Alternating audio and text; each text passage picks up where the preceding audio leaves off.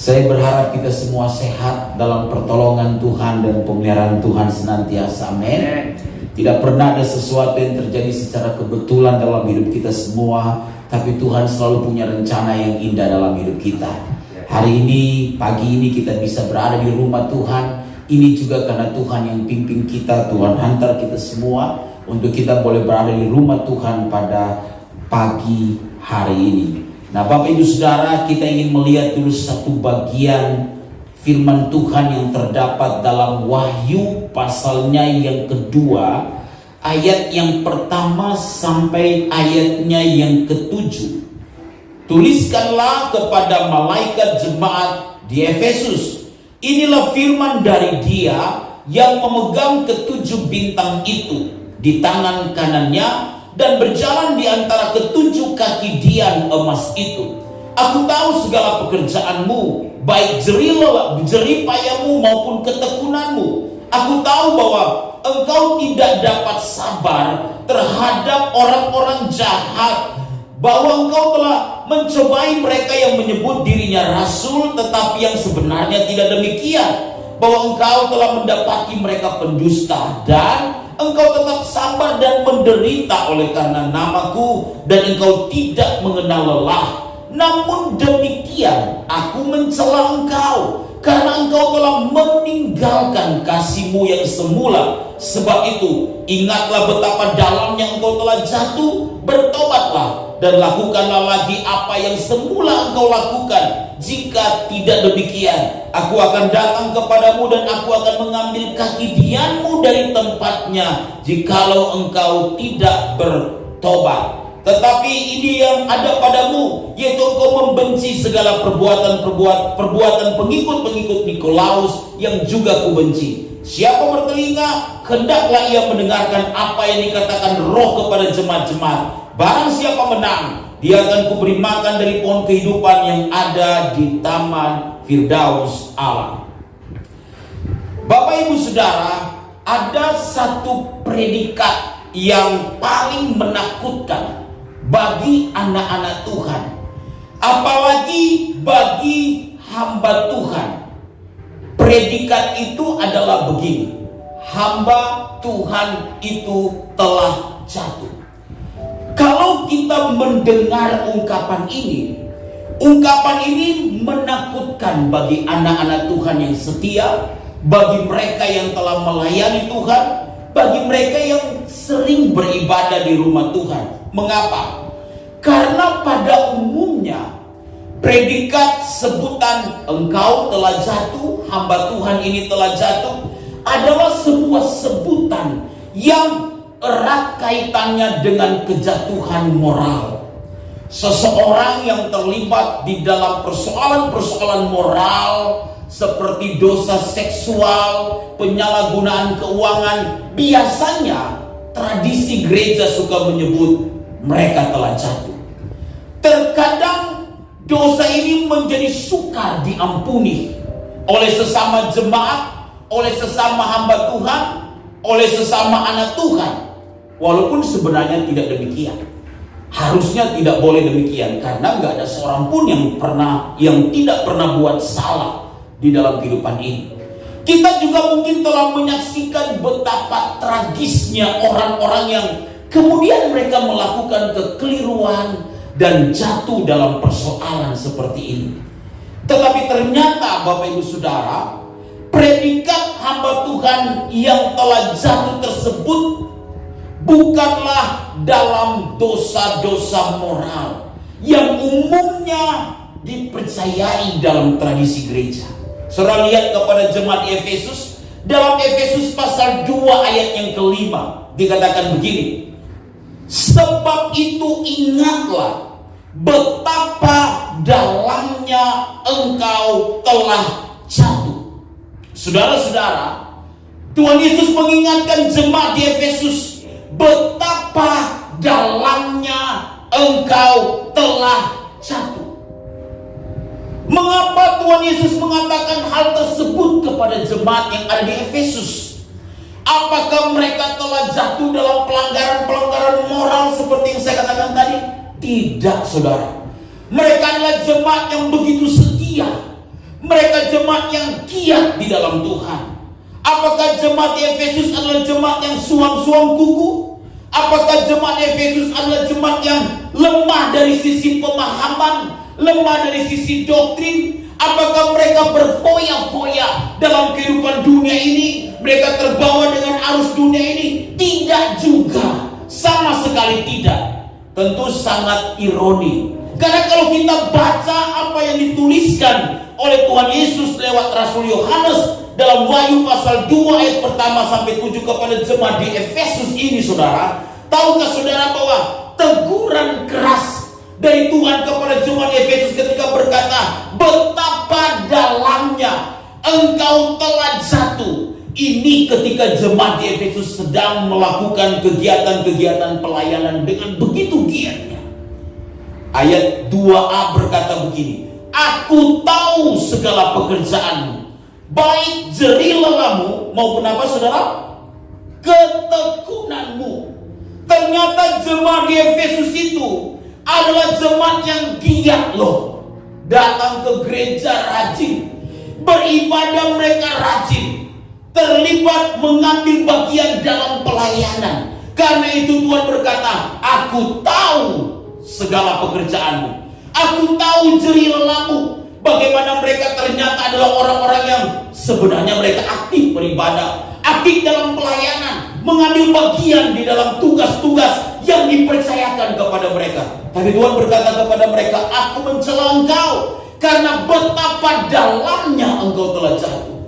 Ternyata orang yang kelihatannya ke gereja, yang kemudian juga berada dalam pelayanan, bisa jadi setiap minggu tampil, bisa jadi mereka disebut Tuhan, engkau telah jatuh.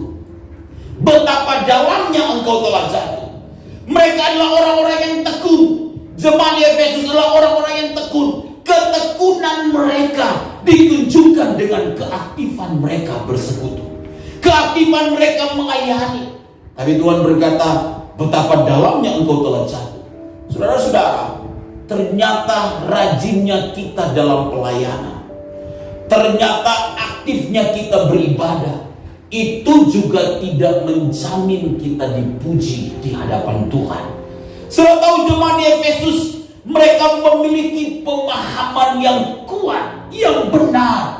Doktrin-doktrin Alkitab kemungkinan besar mereka menguasainya, memiliki pengajaran yang kokoh. Karena kalau saudara lihat ayat 2b dikatakan begini, aku tahu bahwa engkau tidak sabar terhadap orang-orang jahat, bahwa engkau telah mencobai mereka yang menyebut dirinya rasul, tetapi yang sebenarnya tidak demikian, bahwa engkau telah mendapati mereka pendusta.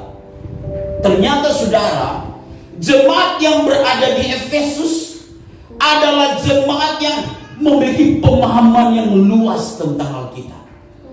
Mereka memiliki doktrin yang begitu kuat. Mungkin bisa jadi saking menguasai doktrin itu, pintar berdebat, pintar berdiskusi, cenderung berdebat. Ya, bukan hanya antara sesama jemaat, bisa jadi pendeta juga di depan. Jemaat di Efesus adalah jemaat yang ternyata memiliki pemahaman yang luas tentang Alkitab. Tapi Tuhan Yesus berkata kepada mereka, aku mencela engkau karena betapa dalamnya engkau telah jatuh.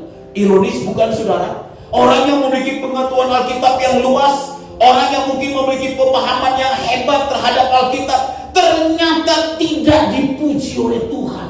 Belum tentu mereka dipuji di hadapan Tuhan. Belum tentu, Bapak Ibu Saudara.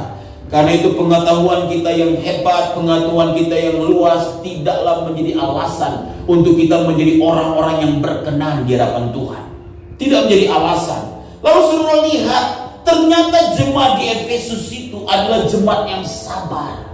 Dan mereka tahan menderita. Saudara lihat ayat 3. Ayat 3 berkata begini, dan engkau tetap sabar dan menderita oleh karena namaku, dan engkau tidak mengenal lelah. Keren bukan saudara? Jemaat di Efesus itu sabarnya bisa sampai ke langit. Mungkin sabarnya tingkat dewa. Mungkin mereka orang-orang yang sabar ikut Tuhan. Lalu mereka kata kita orang yang ternyata tahan menderita karena mereka telah menderita karena nama Tuhan. Penganiayaan gereja mula-mula yang terjadi, ternyata mereka berupaya untuk bertahan di dalam penderitaan yang mereka jalani di dalam kehidupan mereka. Saudara-saudara, tapi Tuhan mencela mereka. Tuhan berkata, betapa dalamnya engkau telah jatuh. Ternyata prestasi yang telah jemaat Efesus lakukan dengan seabreknya, kegiatan pelayanan mereka, pengetahuan mereka yang luas, dan terlihat mereka orang-orang yang sabar, orang-orang yang bertahan di dalam pergumulan dan penderitaan. Tuhan tidak cukup terpesona dengan mereka. Saudara-saudara, kita perlu memeriksa diri kita. Kita perlu bertanya kepada Tuhan, apakah aku sudah berkenan di hadapan Tuhan? Apakah Tuhan terpesona dengan apa yang aku lakukan dalam hidupku selama ini? Di dalam pelayanan, di dalam tugas yang telah dipercayakan. Saudara-saudara, apa yang dilakukan jemaat di Efesus tidak membuat Tuhan terpesona, tetapi justru membuat Tuhan mencela mereka. Pasti ada sesuatu yang salah di sini. Pasti ada sesuatu yang keliru. Apa itu yang membuat Tuhan berkata, aku mencela engkau karena betapa dalamnya engkau telah jatuh, kata Alkitab. Kalau saudara lihat, Tuhan berkata, betapa dalamnya engkau telah jatuh. Tuhan mencela mereka. Apa alasannya? Sehingga jemaat Efesus dicela oleh Tuhan. Saudara lihat ayat yang keempat. Inilah yang menarik. Kata Alkitab, Tuhan berkata begini, namun demikian aku mencela engkau, karena engkau telah meninggalkan kasihmu yang semula. Bapak ibu saudara, ternyata jika kita meninggalkan kasih kita yang semula, betapapun hebatnya pelayanan kita, terlihat kita berada setiap hari Minggu di dalam pelayanan, lalu tidak pernah absen dalam kehadiran di gereja. Betapa dalam dan luasnya pengetahuan teologi kita, pengetahuan Alkitab kita, pemahaman-pemahaman tentang doktrin yang kita miliki, yang semua dapat dilihat dalam kegiatan-kegiatan lahiriah yang kita lakukan. Kita kelihatan mampu menghadapi pergumulan-pergumulan. Ternyata Tuhan mengatakan kita telah jatuh. Jika kita telah meninggalkan kasih yang mula-mula, Tuhan berkata, betapa dalamnya engkau jatuh. Kenapa? Aku mencela engkau karena engkau telah meninggalkan kasihmu yang semula. Saudara, periksalah dalam hati kita, apakah kita masih memiliki kasih yang semula, yang orang beritahu kasih yang mula-mula, seringkali disebut begitu. Apakah masih ada kecintaan kita kepada Tuhan melebihi segala-galanya, melebihi apapun? Apakah semua rutinitas agamawi, kegiatan-kegiatan ibadah, kegiatan-kegiatan pelayanan yang kita lakukan lahir dari sebuah pengenalan yang benar kita kepada Tuhan dan kecintaan kita yang tulus kepada Tuhan? Ataukah sekedar tanggung jawab yang harus kita lakukan karena kita diberikan tugas? Ataukah karena kita orang Kristen yang pernah saya berbicara dengan seorang tetangga dan saya berkata kepada dia, Bu, kok bisa hari Minggu ke gereja? Dan dia berkata begini, nggak enak Pak, saya orang Kristen, kalau hari Minggu nggak ke gereja. Apa kata tetangga? Saya pernah bicara dengan seorang ibu dan dia berkata demikian, saya orang Kristen Pak, saya harus ke gereja. Nanti kalau hari Minggu saya ada di rumah, terus tetangga lihat, ini orang Kristen hari Minggu ada di rumah, nggak enak saya Pak. Tahukah saudara, orang-orang yang model seperti ini melakukan seluruh kegiatan dalam konteks kegiatan lahiriah. Tuhan mengingatkan saya dan saudara, peliharalah kasih mula-mula itu. Tetaplah kasih mula-mula itu ada dalam diri kita. Kasih yang semula itu tetap kita miliki. Saudara, kalau begitu apakah kasih yang semula itu? Kasih yang semula ini adalah menyangkut kasih kita kepada Tuhan dan sesama dengan tulus ikhlas. Tuhan mengajar kita untuk mengasihi Dia secara vertikal, tetapi kemudian mengasihi sesama kita juga secara horizontal. Kita tidak bisa berkata kepada Tuhan, aku mengasihi Tuhan, tapi kita membenci saudara kita, berarti kita sedang mendustai diri kita sendiri. Kita tidak bisa berkata, aku mengasihi Tuhan, tapi orang-orang di sekitar kita yang mungkin mereka keliru, mereka salah jalan, lalu kita menutup mata bagi mereka, dan kita berharap kalau boleh mereka binasa, kalau mereka tidak berada lagi bersama dengan kita. Kasih kita kepada Tuhan dan kasih kita kepada sesama diajarkan oleh Alkitab. Kita diajarkan untuk mengasihi Tuhan dan mengasihi sesama. Karena itu Tuhan pernah mengajar kita, kasihilah Tuhan Allahmu dengan segenap hatimu, dengan segenap jiwamu, dengan segenap akal budimu, seluruh yang ada pada kita, dan kasihilah sesamamu manusia seperti dirimu sendiri. Kasih mula-mula itu adalah kasih yang Tuhan berikan dalam hidup saya dan saudara ketika pertama kali kita kenal Tuhan. Dan kasih itu begitu menguasai kita, dan kita berkata, kau segala-galanya dalam hidup saya. Setelah berjalannya waktu kita berkata, Tuhan segala-galanya, tapi dia tetap masih juga segala-galanya Tuhan. Itu persoalan yang sedang kita hadapi. Kita menukar kesetiaan kita hanya karena hal-hal lahiriah.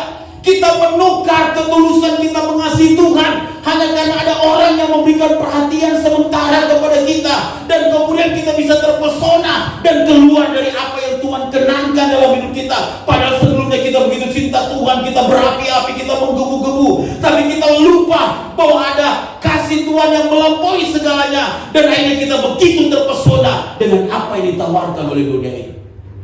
Saudara-saudara, berapa banyak di antara kita yang pernah mengalami kasih mula-mula? Sudah pernah jatuh cinta? Yang pernah jatuh cinta angkat tangan. Haleluya. Saya curiga saudara gak pernah jatuh cinta. Mungkinkah saudara robot? Kita punya hati, kita punya perasaan, kita pasti pernah jatuh cinta, dan kita pernah mencintai dan dicintai.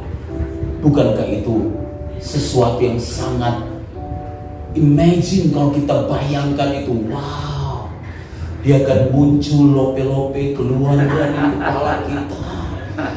Saudara pernah jatuh cinta, saudara mau makan ingat dia, saudara mau minum ingat dia, saudara mau tidur ingat dia, saudara di kamar mandi 1 jam hanya merenungkan dia. Orang ketok-ketok saudara gak buka-buka kamar mandi, padahal antriannya panjang, karena saudara sedang mengingat semua yang pernah dijalani bersama dengan dia. Bukankah itu sesuatu yang membahagiakan? Sampai orang lewat saudara lupa siapa yang lewat di sekitar saudara. Saudara gak kenal dia, atau bukan bahkan pura-pura gak kenal, sambil saudara hanya ingin mendengar suara dia. Harusnya saudara mendengar suara Tuhan, bukan mendengar suara dia. Saudara pernah mengalami hal itu? Seharusnya pernah bagi beberapa kita yang pernah jatuh cinta. Pernah mengalami hal itu? Indah bukan saudara? Satu hari tanpa berbicara dengan dia, dunia ini gelap, terasa kiamat akan terjadi. Hati panas, banyak kecurigaan yang muncul. Kenapa dia nggak angkat telepon? Kenapa dia nggak menelpon? Sekedar bertanya, kayak sudah makan apa belum? Harusnya kalau dia tahu saya belum makan, pesan GoFood, antar kayak ke sini. Hanya jangan cuma tanya udah makan belum ya. Sembarangan kalau cuma tanya begitu. Tukang ojek juga bisa tanya di luar sana, sudah makan apa belum? Tapi yang paling penting kirimkan makanan lah kalau saya bilang belum makan. Harusnya mungkin kita berharap demikian. Tapi orang yang pernah jatuh cinta, bukankah itu indah sekali? Itulah kasih mula-mula yang perlu kita pelihara, saudara. Mengapa kasih mula-mula menjadi ukuran kejatuhan kita? Kalau begitu, apa alasan Tuhan dan berkata, aku mencela engkau karena engkau telah meninggalkan kasihmu mula-mula. Betapa dalamnya engkau telah jatuh. Tahu gak saudara, orang yang kehilangan kasih yang semula tidak bisa menempatkan Tuhan sebagai utama. Semua tahu, tidak ada satupun jemaat di perjanjian baru yang begitu diberkati Tuhan dengan hamba-hamba Tuhan yang hebat, dengan hamba-hamba Tuhan yang luar biasa selain jemaat di Efesus. Tahukah saudara, Di Efesuslah pernah ada teolog yang begitu hebat sepanjang masa, yang telah menanamkan tiang-tiang doktrin yang begitu kokoh. Dan teolog itu namanya Paulus. Di Efesus pernah ada seorang pengkhotbah besar yang ahli dalam berbicara, yang konon khotbahnya melampaui dan lebih unggul dari Paulus karena dia memiliki karunia berkhotbah yang luar biasa. Namanya Apolos. Ada juga hamba Tuhan yang hebat yang pernah melayani di Efesus. Ada seorang yang bernama Timotius, yang menurut tradisi gereja dia menjadi gembala ditempatkan Paulus di kota Efesus. Ada seorang bernama Aquila dan Priscilla, suami istri yang begitu hebat. Dan tahukah saudara, di Efesus dibuka sebuah sekolah teologi yang terkenal, namanya STT Tyrannus. Hebat mereka dalam semua hal itu. Karena itu tidaklah mengherankan jika zaman gereja mula-mula pada waktu Paulus menanamkan pelayanan di Efesus, terjadi kebangunan rohani yang begitu hebat. Ada kegerakan yang begitu hebat yang terjadi. Banyak jiwa yang dimenangkan, banyak orang yang memberi diri untuk Tuhan. Mereka melayani Tuhan bersungguh-sungguh. Sudah tahu kalau zaman sekarang jemaat Efesus kira-kira begini. Kalau kemudian baru menyanyikan satu lagu, wah mereka udah tersentuh hatinya. Baru mulai dengan satu bait, tersentuh hatinya. Jemaat sekarang satu album udah habis, dia pikir Tuhan gak ada di gereja. Iya. Semua orang membuka kedua tangannya, maka dia melihat siapa-siapa yang membuka kedua tangan. Semua orang berada di hadirat Tuhan, tapi dia sendiri tidak pernah ketemu dan dijamah oleh Tuhan. Tapi jemaat Efesus itu jemaat yang begitu hebat, saudara-saudara. Di persoalannya, tahukah saudara, 40 tahun kemudian setelah Paulus, Apolos, Yohanes, Timotius, Priscilla, Aquila, para penginjil yang hebat itu tidak ada lagi, tidak melayani lagi di kota Efesus. Tahukah saudara, ternyata kerohanian jemaat di Efesus sudah berbeda. Kasih yang mula-mula yang mereka miliki sekarang tinggal kenangan.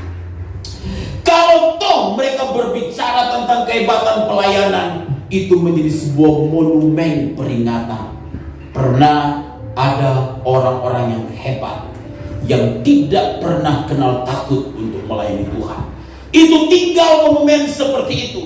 Saudara tahu, itulah kemudian menjadi dasar Tuhan meminta Rasul Yohanes untuk menuliskan surat teguran ini kepada generasi kedua yang berada di jemaat Efesus, yang tinggal memiliki sisa-sisa kejayaan rohani mereka.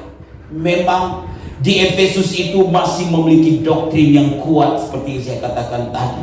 Tapi Tuhan mencela mereka karena mereka meninggalkan kasih yang mula-mula. Memang mereka beribadah, mereka bersekutu, terlibat dalam pelayanan. Wow, keren, aktif di dalam pelayanan.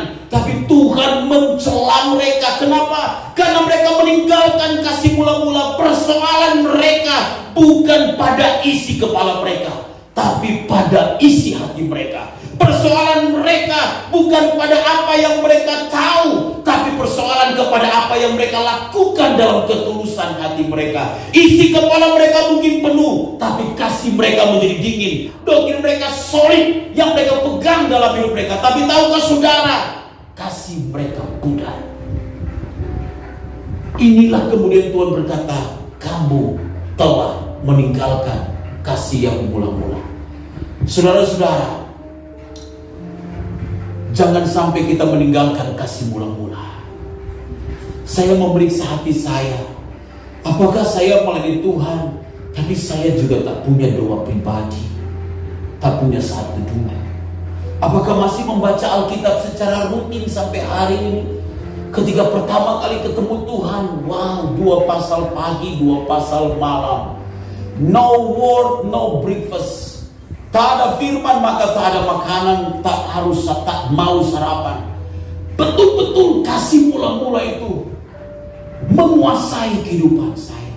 Saya bertanya pada Tuhan, apakah saya masih memiliki kasih itu? Apakah saya melihat orang lain dengan tulus? Apakah saya merasa saya hebat dan ketika orang salah dan saya berkata, you tak punya kesempatan untuk kembali kepada Tuhan. Apakah saya masih memandang orang lain dengan hati yang penuh belas kasihan, seperti ketika Tuhan berjalan berkeliling di kota-kota dan melihat para orang banyak seperti domba yang tidak punya gembala dan mereka tidak tahu kemana arah mereka, lalu kemudian mereka dilayani dalam kasih yang tulus dari Tuhan? Apakah saya masih memiliki kasih juga yang seperti itu? Ataukah saya telah menjadi hakim dan berkata, Yunda layak, hanya dia yang layak? Saudara-saudara, kasih yang mula-mula ini yang harus mewarnai kehidupan kita sekalian. Jangan sampai kita giat melayani pekerjaan Tuhan, tapi kita kehilangan fokus kita utama kepada Tuhan untuk mengasihi Tuhan. Kapan terakhir saudara ketemu Tuhan? Kapan terakhir saudara merasa Tuhan hadir dan menjamah saudara? Kapan terakhir saudara merasa hadirat Tuhan begitu kuat untuk mengubah hidupmu? Kapan terakhir saudara merasa Tuhan begitu dekat denganmu dan seperti selalu berbicara kepadamu dan berkata, anakku, tak boleh kau lakukan ini, kamu harus lakukan ini. Saudara, itulah yang harus menjadi pergumulan saya dan saudara. Kerinduan kita untuk berkata, Tuhan, Engkau tetap yang utama. Aku bisa melayani Tuhan, tapi kalau aku gak punya doa, aku bisa mengasihi pekerjaan Tuhan, tapi bukan berarti aku mengasihi Tuhan. Aku bisa terlihat aktif di dalam pekerjaan Tuhan, tapi itu bukan berarti aku cinta Tuhan. Cinta Tuhan pasti melayani Tuhan, tapi orang yang melayani Tuhan belum tentu cinta Tuhan. Dia bisa cinta hanya pada alat musik, dia bisa cinta hanya pada mic, dia bisa cinta hanya pada suaranya yang bagus, dia bisa cinta hanya karena pada tugas-tugas yang dipercayakan supaya terlihat hebat dalam hidup dia. Tapi orang yang cinta Tuhan, dia pasti melayani Tuhan. Kita harus memelihara kasih yang mula-mula seperti itu.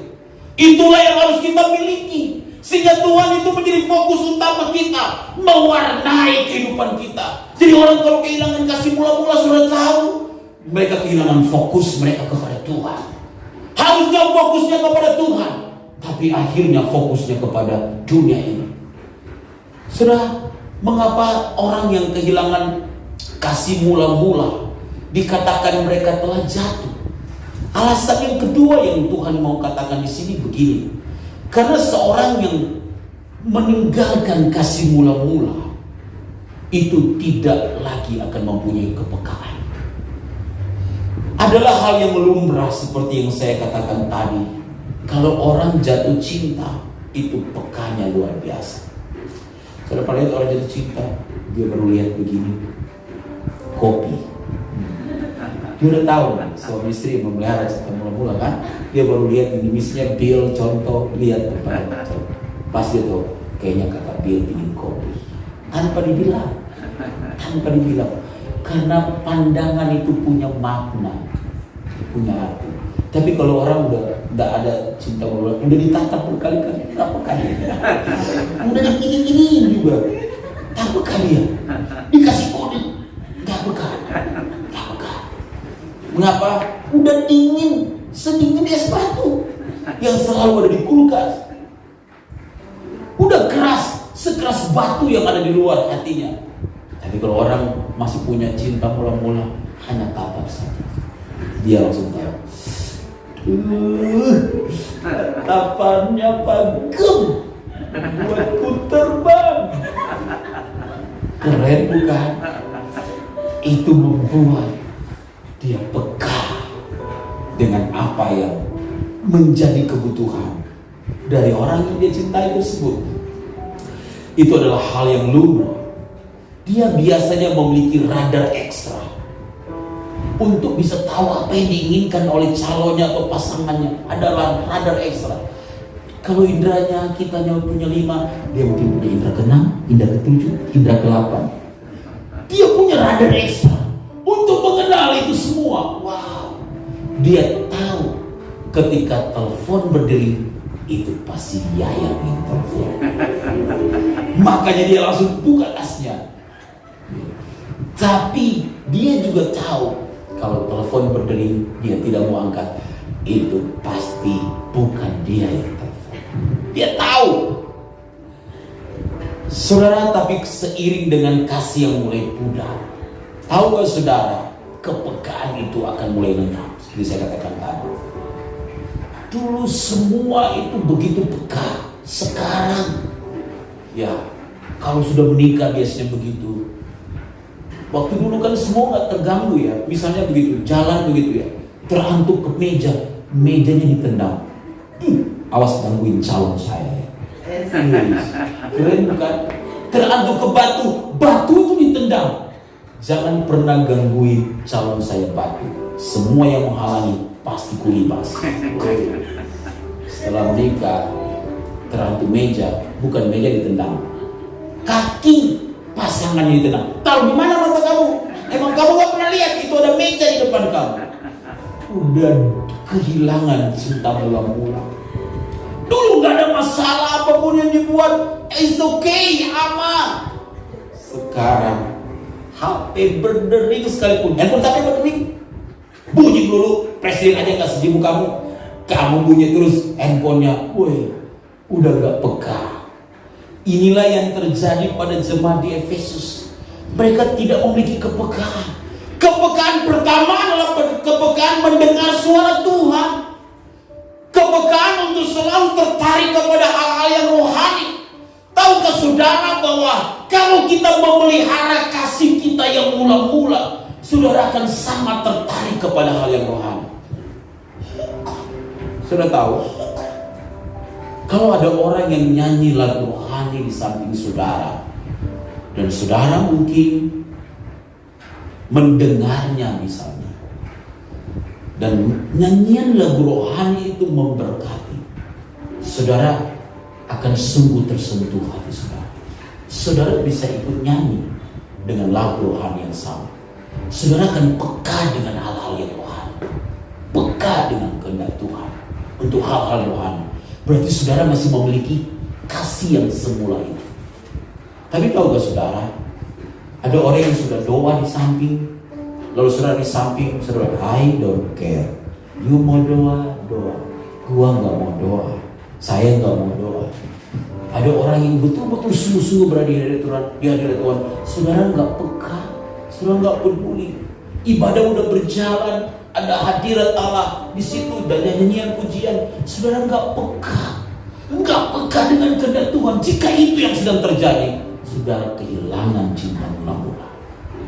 Saudara nggak tertarik lagi dengan hal-hal yang rohani. Lebih mudah mengajak saudara ke mall daripada mengajak saudara ke ibadah. Itu berarti saudara sedang tidak tertarik dengan hal rohani, menunjukkan kehilangan kasih mula-mula. Lebih mudah saudara untuk diajak ke menikmati makanan jasmani daripada makanan rohani. Lebih mudah mengajak ke kekalapan dari mengajak konser dan ibadah keluarga. Misalnya, ayo kita ke kekalapan, maka kita akan berkata, siap, yes. Ayo kita ibadah keluarga, sibuk Pak. Misalnya begitu, Pak, saya ada banyak pergumulan hari ini. Inilah daftar yang harus saya kerjakan. Saudara sedang kehilangan cinta mula-mula. Saudara menghilangkan satu kesempatan untuk menyukakan hati Tuhan dengan hidupmu dan berkata, aku mengasihi Tuhan, aku mengutamakan Tuhan, segala-galanya adalah Tuhan dalam hidup saya. Dan saudara peka kepada kehendak dan tuntunan Tuhan. Dan jika kita kehilangan kasih mula-mula, kita nggak peka apa yang jadi kehendak Tuhan. Orang yang peka karena memelihara kasih mula-mula, dia juga akan peka terhadap berbagai ajaran, berbagai teguran yang ada. Kalau kita punya cinta mula-mula, sudah tahu ketika kita dinasihati, kita lebih mudah menerimanya. Lebih mudah menerimanya. Tapi kalau kita kehilangan kasih mula-mula, maka semua nasihat akan masuk telinga kanan, keluar telinga kiri. Dia muter-muter di kampus, dia muter-muter di rumah kita, dan dia pergi ke mall. Semua nasihat tersebut tak ada yang tersisa, tak ada yang kita dengar. Tapi kalau kita punya cinta yang mula-mula saudara, itu akan membuat kita peka dengan suara Tuhan bicara untuk membawa kita kepada kehendak Tuhan. Lebih peka dengan kita tertarik kepada hal-hal rohani. Dan itu indikator, itu ukuran bahwa kita masih punya cinta mula-mula, kita masih pelihara kasih mula-mula, karena kita selalu tertarik untuk ajakan-ajakan rohani yang ada dalam hidup kita. Dan itu berarti kita sedang berada dalam jalurnya Tuhan. Ketika kita keliru, kita sadar tidak ada yang sempurna dalam hidup ini. Kita dengar firman, maka firman itu kita tangkap. Kita berkata, terima kasih Tuhan.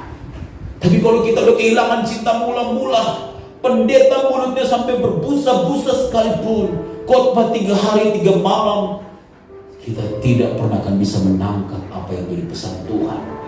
Dan kalau boleh kita berkata, semua hanya untuk Dia, bukan untukku Tuhan. Tapi orang yang peka karena pelihara firman itu, pelihara cinta mula-mula itu, ketika dia dengar hal rohani, dia berkata, ini untuk, ini untuk.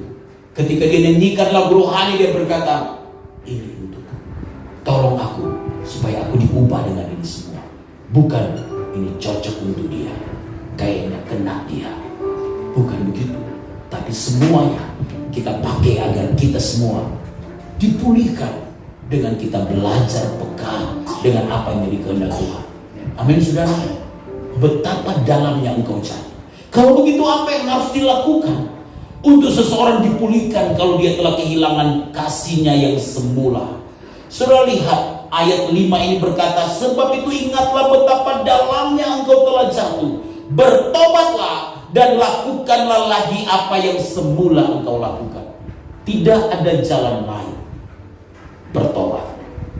Ketika kita mulai kehilangan kasih kita yang semula, tinggalkan hal-hal yang mengikat kita, hal-hal yang menghalangi kita untuk lebih dekat kepada Tuhan. Tinggalkan semua beban, pergumulan kita yang telah kita inventarisir sekian banyak, dan kita berargumen dengan Tuhan dan berkata, ini semua membuat saya tidak bisa dekat dengan Tuhan. Kita harus percaya bahwa Tuhan bisa melakukan segala sesuatu yang terbaik dalam hidup kita. Bagaimana supaya kita dipulihkan kasih kita yang mula-mula? Gak ada jalan lain. Bertobat. Datang kepada Tuhan. Kembalilah, kata Alkitab. Bertobatlah dan lakukanlah apa yang semula engkau lakukan. Artinya, dengan adanya kasih mula-mula, maka semuanya didasari karena mencintai Tuhan. Tuhan menjadi segala-galanya. Dia menjadi fokus utama. Kita peka kepada tuntunannya, peka kepada tegurannya, maka kita akan dikembalikan kasih mula-mula oleh Tuhan dalam hati kita semua.